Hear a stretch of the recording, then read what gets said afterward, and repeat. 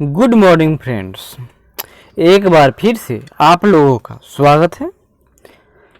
और आज हम लोग क्या पढ़ेंगे, तो आज से हम लोग जो बीपीएससी मेन का जो एग्ज़ाम होने वाला है उसकी तैयारी कर रहे थे, उसमें पॉलिटी सेक्टर से भी क्वेश्चन आते हैं और इसका भी एक अच्छा खासा वेटेज है। तो आज हम लोग देखेंगे भारतीय राज्य व्यवस्था से संबंधित क्वेश्चन कुछ शुरू करते हैं। लगभग इसमें भी हम लोग 40 से 50 क्वेश्चन देख जाएंगे ताकि जब एग्ज़ाम हो तो हमें कोई दिक्कत ना हो।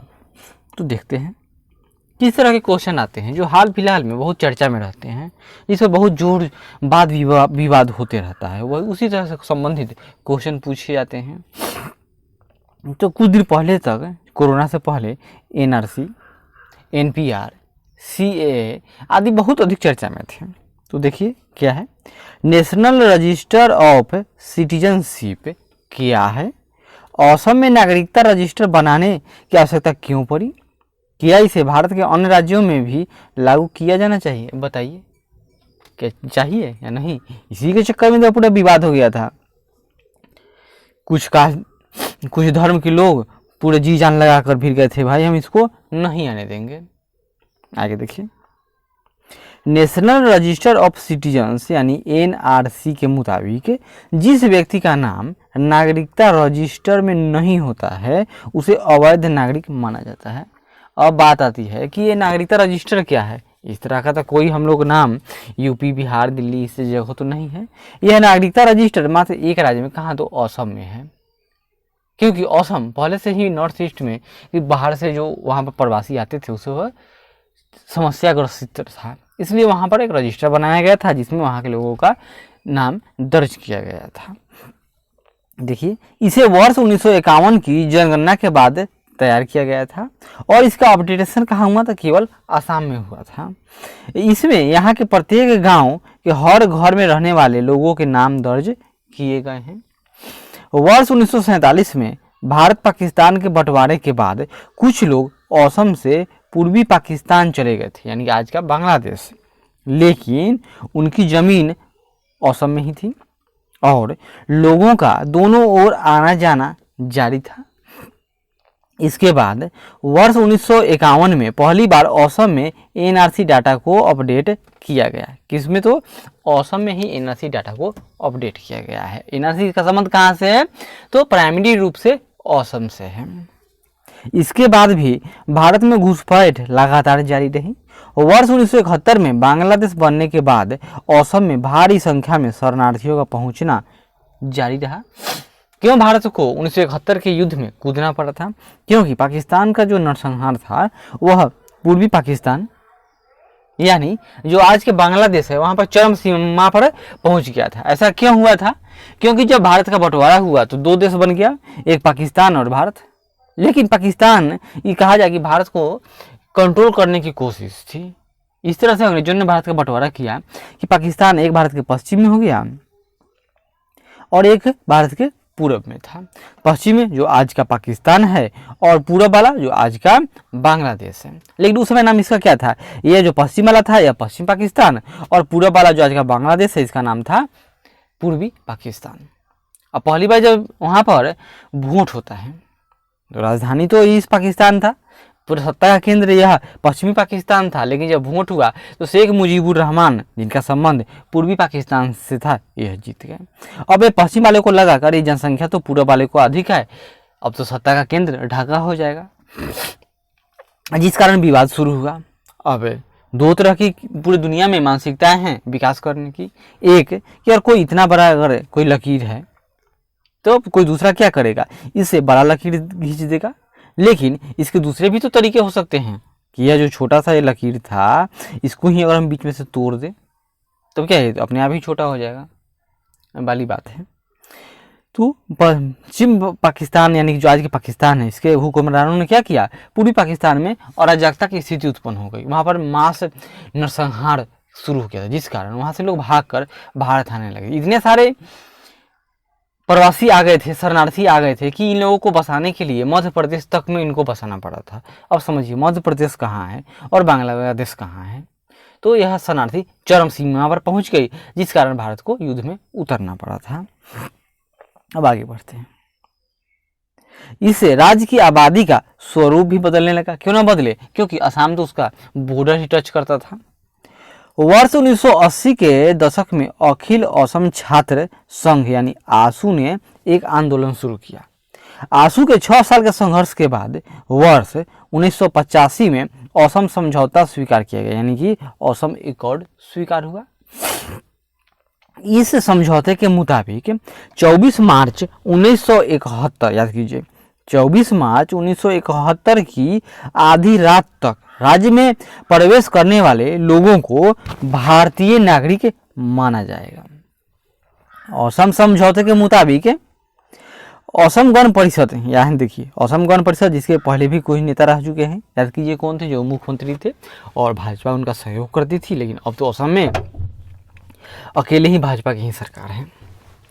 तो नेताओं ने राजनीतिक दल का गठन किया जिसने राज्य में 2 बार सरकार बनाई। वहीं 2005 में तत्कालीन प्रधानमंत्री मनमोहन सिंह ने 1951 के एनआरसी को अपडेट करने का फैसला किया था। ये एनआरसी का अपडेट जो हुआ है, ये जरूरी नहीं है कि भाजपा वालों ने या तत्काल की जो मोदी सरकार है, नहीं, यह सुप्रीम कोर्ट के देखरेख में और मनमोहन सिंह यानी कि कांग्रेस वालों ने ही शुरू किया था। उन्होंने तय किया था कि असम में अवैध तरीके से दाखिल हो गए लोगों की पहचान की गई, लेकिन इसके बाद यह विवाद बहुत बढ़ गया और मामला कोर्ट जा पहुंचा। इस मामले में उच्चतम न्यायालय के निर्देश के अनुसार उसकी देखरेख में 2015 से जनगणना का कार्य शुरू किया गया। हालांकि 2010 में पायलट प्रोजेक्ट के तहत राज्य के 2 जिलों में अपडेट करने की प्रक्रिया शुरू की गई थी, लेकिन कुछ समूहों के उग्र प्रदर्शन के बाद इसे रोक दिया गया था। जनवरी 2018 में असम के सिटीजन रजिस्टर में 1.9 करोड़ लोगों के नाम सूची जारी किए गए थे, याद कीजिए, जहां असम की आबादी कितना है, लगभग 3.5 करोड़, और नाम कितना आया, लगभग 2 करोड़ से कम लोगों का, यानी कितने लोग अवैध थे। उसके बाद से फिर 30 जुलाई 2018 को एनआरसी का अंतिम मसौदा प्रकाशित किया गया और इस अंतिम मसौदे में भी 40 लाख से ज्यादा लोगों के नाम शामिल नहीं किए गए थे।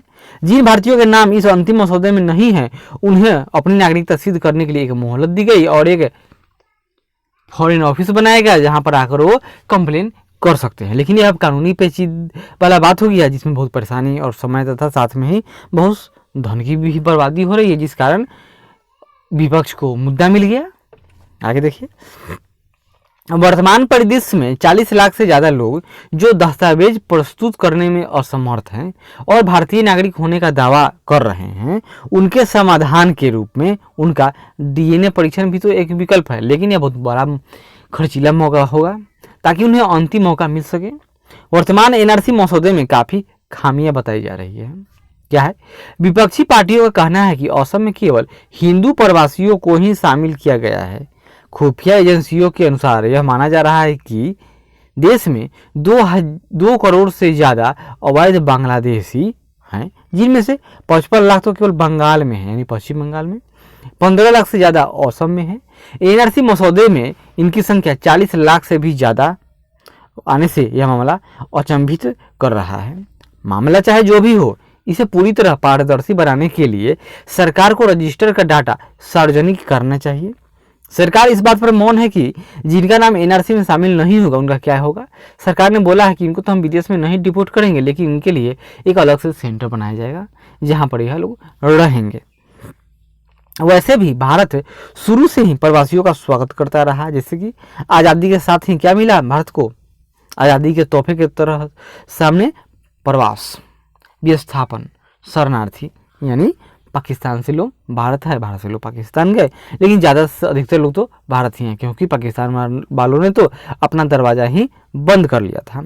उसके बाद पंडित जवाहरलाल नेहरू ने पंचशील समझौता किससे किया? चीन से किया कि हम आपके मामले में दखल न करेंगे, आप हमारे मामले में दखल ना कीजिएगा। मतलब भारत ने खुद ही अपने पैर अपने हाथ से ही बांध लिए और बदले में क्या हुआ, चीन ने तिब्बत पर कब्जा कर लिया और दुहाई दिया कि भाई पंचशील का मामला है, आप कुछ ना करो। बदले में तिब्बत से भी लोग आए, कितने? 30 लाख लोग आए, और वो कहाँ अगर बस गए तो वो भी आज भारत में हैं, भारत के मेहमान हैं दलाई लामा, जिनको वो पैदल ही आए थे और भी खाली पैर, यानी चप्पल भी ना था उनके पास, और उनका स्वागत करने पंडित जवाहरलाल नेहरू गए थे। फिर उसके बाद 1971 का हाल देखिए, बांग्लादेश से लोग भाग पर आए। फिर कश्मीरी पंडितों का 1990 में विस्थापन। अगर बस चलता तो सीरिया के लोग भी भाग रहे थे और भारत की सीमा वहां पर रहती तो वे लोग भी भारत में ही आ जाते हैं, आश्रय दिया जाए। पर यहाँ पर ध्यान देने वाली बात यह है कि देश की सुरक्षा के साथ साथ कैसे वर्षों पुरानी परंपरा को बचाया जाए। वर्तमान में शरणार्थियों की समस्या को देखते हुए एनआरसी को सभी राज्यों में लागू किया जाना चाहिए। अब इस पर विवाद हो गया। सभी राज्यों द्वारा इसे तैयार किया जाना चाहिए। प्रत्येक जनगणना रिपोर्ट प्रकाशित होने के बाद इसे अद्यतन किया जाना चाहिए। इससे देश की आंतरिक सुरक्षा में से संबंधित मुद्दों से निपटने में सहायता मिलेगी। इसमें जाति या मजहब को लाए बिना पारदर्शी तरीके से लागू किया जाना चाहिए। अब हुआ क्या, जितने भी क्षेत्रीय पार्टी हैं और विपक्षी पार्टियां हैं, ये सब के सब अपने राज्यों में मसौदा ले आए और प्रस्ताव पास कर दिए कि हम एनआरसी लागू न करेंगे। क्या था एनआरसी बनता है कि उसमें जो आपके पेरेंट हैं यानी कि माता पिता हैं, उनका बर्थ प्लेस पूछा जा रहा है कि वो जगह जन्म कहाँ हुआ था और आप कितने दिन से यहाँ रह रहे हो। बस इसी पर आपत्ति हो गया। इसी पर तो क्लियर हो जाता है कि जो 1970 से पहले भारत में आया था, अब पूछा जाता है कि भाई अपना डेट ऑफ बर्थ बताओ और कहाँ से आए हो ये बताओ, तो कठिन हो जाती बात है। तो बहुत सारे राज्य, बिहार में भी देखिए भाजपा की और नीतीश कुमार का गठबंधन है। जिस दिन बजट पेश होता है तो कहा जाता है कि अगर बजट पास ना हो तो सरकार को गिर जाना चाहिए। बजट पेश किए सुशील कुमार मोदी और नीतीश कुमार ने उसी दिन क्या तो एनपीआर पास करवा दिया। सपोर्ट कौन, तो आरजेडी ने कर दिया। अब देखिए बिहार में कैसी सत्ता चल रही है। ये तो इस राज्य को तो भगवान ही बचाए। इस प्रकार के लिस्ट जारी होने से विभिन्न देशों यानी कि खास करके बांग्लादेश से हो रहे अवैध प्रवास को रोकने में मदद मिलेगी। क्लियर है। तो आज हम लोग क्या देखें, नेशनल रजिस्टर ऑफ सिटीजनशिप के बारे में थोड़ी सी जानकारी प्राप्त कर लिए। अगले बार मिलेंगे तो फिर कुछ और अच्छे मुद्दों के साथ। तब तक धन्यवाद। आशा करते हैं कि यह प्रयास अच्छा लगे तो जरूर लाइक करें, शेयर करें, कमेंट करें और सब्सक्राइब करें। धन्यवाद।